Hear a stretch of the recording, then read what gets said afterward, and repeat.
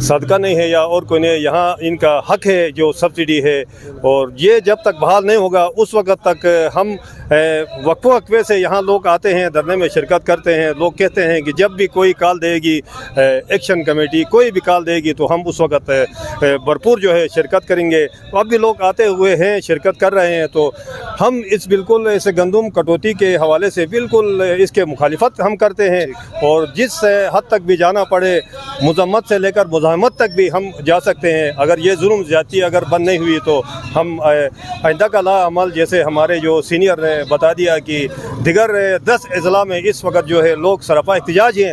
گلگت تو آپ کو پتہ ہے ویسے بھی یہاں پر جو ہے یہ سہولت کاری کا ایک گڑھ ہے, یہاں پر منافقت کا ایک گڑھ ہے.